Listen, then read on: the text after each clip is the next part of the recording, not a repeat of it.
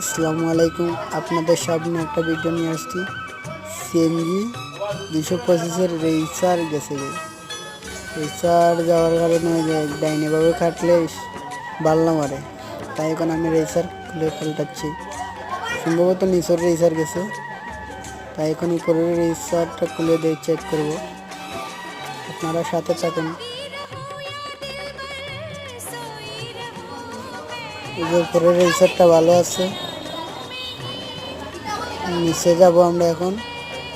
উপরের বল রেসার সব ঠিক আছে, আমরা এখন নিচে যাব। ওদের নিচের রেসার বলটাও একটু দুর্বল হয়ে গেছে, আর রেসারটা এইদিকে ওইদিকে ফাটা দিচ্ছে, বলের দাগ পড়ছে।